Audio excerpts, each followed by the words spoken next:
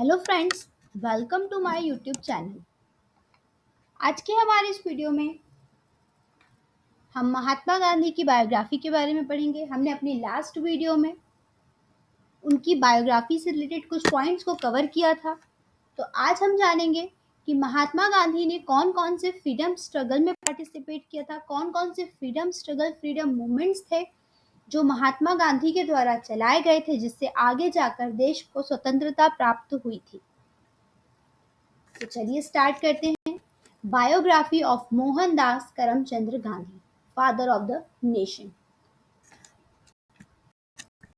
कल हमने चंपारण मूवमेंट और खेड़ी खेड़ा मूवमेंट के बारे में पढ़ा था। इसके बाद भारत में गांधी जी का पहला असहयोग आंदोलन 1919 में भारत पर जब ब्रिटिश का शासन था, तब गांधी जी राजनीतिक आंदोलन कर रहे थे।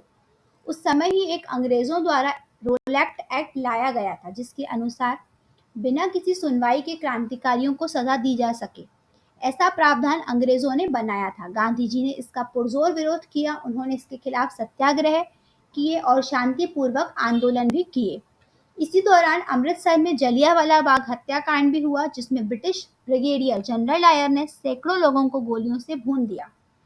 गांधी जी इससे नाराज हो गए और उन्होंने वो मेडल लौटा दिए जो उन्होंने साउथ अफ्रीका में मिलिट्री सर्विस के लिए जीते थे, और उन्होंने ब्रिटिश सरकार द्वारा भारतीयों को वर्ल्ड वॉर में भाग लेने की अनिवार्यता का भी विरोध किया। जलियांवाला बाग के बाद यहाँ पर गांधी जी को जो भी सम्मान और मेडल ब्रिटिश गवर्नमेंट द्वारा दिए गए थे, वो सभी उन्होंने वापस लौटा दिए। इस तरह Gandhi ji Indian home rule league movement का प्रमुख चेहरा बन गए। उन्होंने अंग्रेजों के संपूर्ण बहिष्कार का आह्वान किया। उन्होंने सरकारी अधिकारियों को ब्रिटिश क्राउन के लिए काम बंद करने के लिए प्रेरित किया, छात्रों को सरकारी स्कूलों में नहीं जाने के लिए, सैनिकों को अपना पद छोड़ने और नागरिकों को टैक्स ना भरने और ब्रिटिश सामान ना खरीदने के लिए भी प्रेरित किया।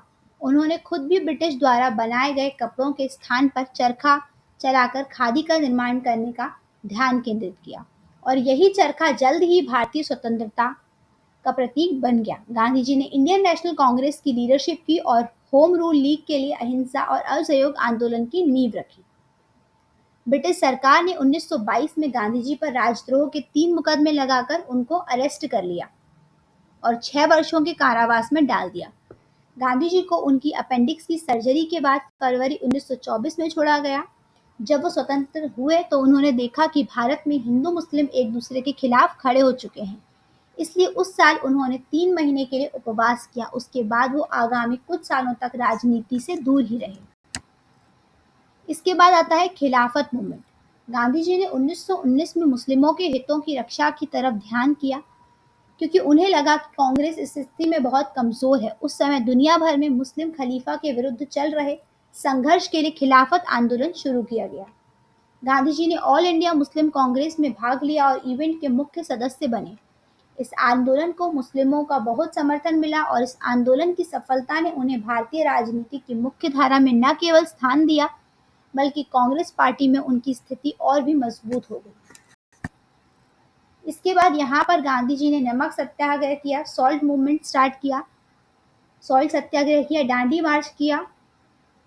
1930 में गांधी जी ने वापस सक्रिय राजनीति में पदार्पण किया और उन्होंने ब्रिटिश सरकार का नमक आंदोलन का विद्रोह किया। इस एक्ट के अनुसार भारतीय न नमक बना सकते थे, न बेच सकते थे और न नमक खरीद सकते थे। नमक पर कर भी लगा दिया गया था, जिसके कारण गरीब भारतीयों को समस्याओं का सामना करना पड़ रहा था।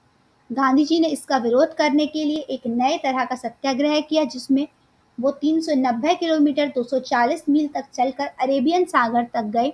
वहां पर उन्होंने प्रतीकात्मक रूप से नमक इकट्ठा किया। इस मार्च से एक दिन पहले उन्होंने लॉर्ड इरविन को लिखा था, मेरा उद्देश्य सिर्फ एक है कि मैं अहिंसात्मक तरीके से ब्रिटिश सरकार को ये महसूस करवाऊं कि वो भारतीयों के साथ कितना गलत कर रहे हैं।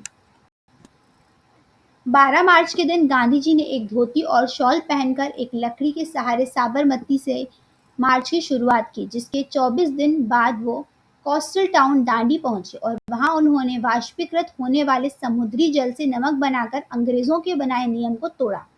इस तरह इस नमक यात्रा से पूरे देश में क्रांति की लहर दौड़ पड़ी। लगभग 60,000 भारतीयों को सॉल्ट एक्ट तोड़ने के जुर्म में जेल में डाल दिया गया, जिसमें गांधी जी खुद भी शामिल थे। वो इसके कारण भारत में ही नहीं, दुनिया भर में प्रसिद्ध हो गए और 1930 में ही टाइम मैगजीन ने उन्हें मैन ऑफ द ईयर का खिताब दिया। जनवरी 1931 में उन्हें जेल से छोड़ा गया और इसके भी 2 महीने बाद उन्होंने लॉर्ड इरविन के साथ समझौता किया और नमक सत्याग्रह समाप्त किया। इस समझौते के अनुसार हजारों राजनीतिक बंदियों को रिहा किया गया। इसके साथ ही ये उम्मीद भी जगी कि स्वराज के लिए ये सत्याग्रह मील का पत्थर साबित होगा। गांधी जी ने 1931 में लंदन में आयोजित सेकेंड राउंड टेबल कॉन्फ्रेंस में इंडियन नेशनल कांग्रेस के मुख्य प्रतिनिधि के रूप में भाग लिया। हालांकि यह कॉन्फ्रेंस निरर्थक रही। इसका उद्देश्य भारतीय संविधान में सुधार करना था। इसके बाद आता है क्विट इंडिया मूवमेंट। यहाँ पर गांधी जी ने क्विट इंडिया मूवमेंट भी चलाया। गांधी जी जब लंदन से लौटे तो 1932 में उन्हें वापस जेल में डाल दिया गया।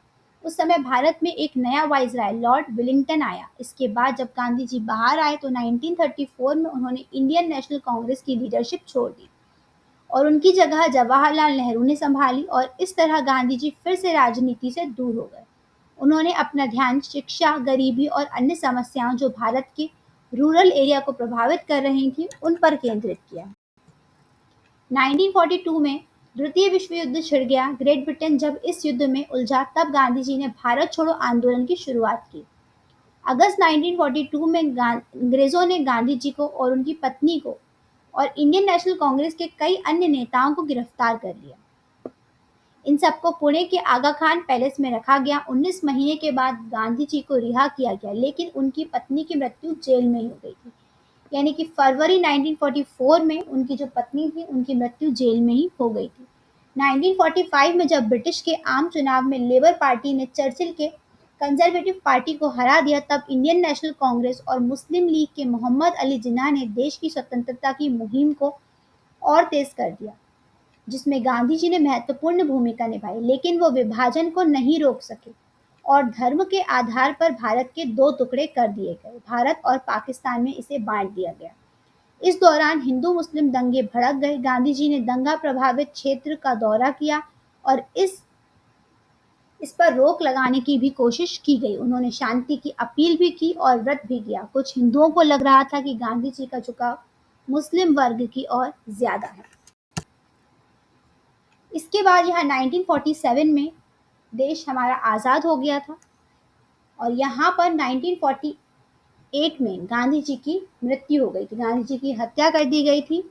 30 जनवरी 1948 के दिन 78 वर्षीय गांधी जी, जो कि भूख हड़ताल से टूट चुके थे, उन्होंने नई दिल्ली के बिरला हाउस से प्रेयर मीटिंग के लिए प्रस्थान किया। उस समय एक व्यक्ति नाथूराम गोडसे, जो कि गांधी जी के विभाजन पर और मुस्लिमों के प्रति सहिष्णुता से नाराज थे, उन्होंने महात्मा गांधी की सेमी ऑटोमेटिक पिस्टल से पॉइंट ब्लैंक रेंज में 3 बार गोली चलाकर हत्या कर दी। अहिंसा के पुजारी का हिंसा के साथ अंत होना पूरे देश के लिए दुखद समाचार लेकर आया।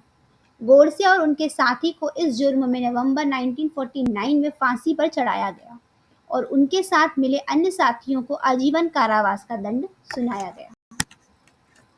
गांधी जी के नाम पर सिर्फ हमारे देश में ही नहीं बल्कि विदेश में भी कई धरोहर बनाई गई हैं। ग्रेट ब्रिटेन, जहां उन्होंने देश की स्वतंत्रता की लड़ाई लड़ी, उस देश ने उनके देहांत के 21 वर्षों के बाद उनके नाम पर स्टैंप जारी किए थे। भारत में उनके नाम पर 53 प्रमुख रोड हैं, जबकि भारत के बाहर 48 रोड उनके नाम पर हैं। इसके अलावा कई छोटे बड़े मार्गों के नाम भी महात्मा गांधी के नाम पर रखे गए हैं। दिल्ली में यमुना नदी के किनारे, जहां पर गांधी जी का अंतिम संस्कार किया गया था, वहीं राजघाट पर ब्लैक मार्बल से गांधी जी की समाधि बनाई गई है। अहमदाबाद में साबरमती के किनारे भी गांधी आश्रम या साबरमती आश्रम है। इस आश्रम का उद्देश्य महात्मा गांधी का जीवन चित्रित करना और उनके कार्यों को दिखाना है। 1963 में गांधी जी के सहयोगी और तत्कालीन भारत के प्रधानमंत्री जवाहरलाल नेहरू ने इस म्यूजियम की स्थापना की थी। यहाँ पर गांधी जी ने अपनी पत्नी के साथ 12 वर्ष बिताए थे। इसके अलावा पोरबंदर में उनके जन्म स्थान और घर को भी म्यूजियम बनाया गया। वहां से कुछ दूरी पर ही कस्तूरबा के घर को भी स्मृति स्थल के रूप में संरक्षित किया गया। गांधी जी की स्मृति में बचे उनकी कुछ वस्तुओं के अलावा वो कपड़े भी हैं जो वे गोली लगने के समय पहने हुए थे। उन सबको गांधी म्यूजियम मदुरई में सुरक्षित रखा गया है। अब गांधी जी से जुड़े कुछ इंटरेस्टिंग और अननोन पॉइंट्स जान लेते हैं। गांधी जी को अब तक 5 बार नोबेल प्राइज के लिए नामांकित किया जा चुका है और कमेटी इस बात के लिए अफसोस जता चुकी है कि उन्हें अभी तक अवार्ड नहीं मिला। गांधी जी 4 कॉन्टिनेंट और 12 देशों में सिविल राइट मूवमेंट के लिए जिम्मेदार थे। महात्मा गांधी अपने पूरे जीवन काल में प्रतिदिन 18 किलोमीटर पदयात्रा करते थे, जो कि पूरी दुनिया के चक्कर 2 बार लगाने जितना है। महात्मा गांधी ने टॉल्स्टॉय, आइंस्टीन और हिटलर जैसी बड़ी हस्तियों से भी पत्र व्यवहार किया था। स्टीव जॉब्स गांधी जी का बहुत बड़े फैन हैं। उनके राउंड ग्लासेस न केवल गांधी जी के चश्मे के जैसे हैं, बल्कि ये जॉब्स की गांधी जी को श्रद्धांजलि भी है। गांधी जी ने भारत में छुआछूत का विरोध किया। उन्होंने शोषित वर्ग को हरिजन कहा, जिसका मतलब होता है भगवान के पुत्र। उन्होंने उनके साथ समान व्यवहार की सिफारिश की। गवर्नमेंट ने न्यूट्रिशनिस्ट को ये बताने के लिए बुलाया था कि गांधी जी बिना भोजन के 21 दिन कैसे रह सकते हैं। गांधी जी तब भी उपवास किया करते थे जब उनकी फोटो नहीं ली जाती थी, क्योंकि इससे आम नागरिकों के उत्तेजित हो जाने का खतरा बना रहता था।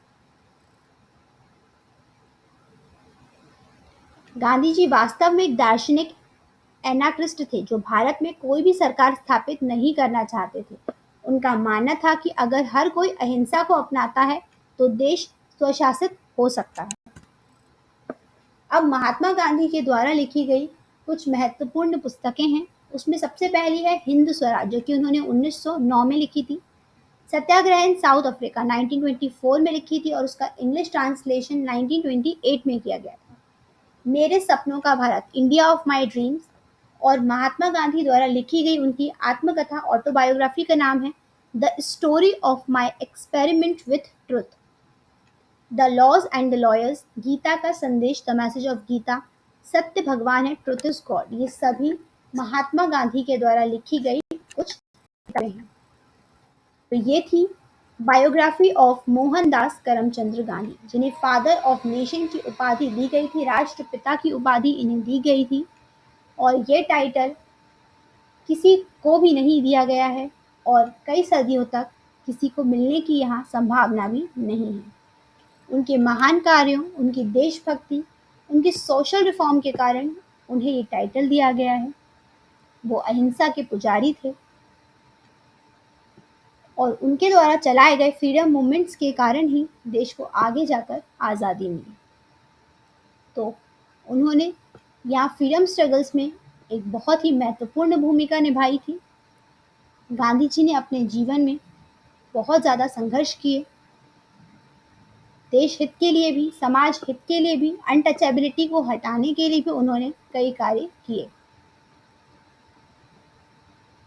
तो ये वो मूवमेंट्स है जो महात्मा गांधी द्वारा चलाए गए थे। इंपॉर्टेंट पॉइंट्स हैं, आप याद रखिएगा।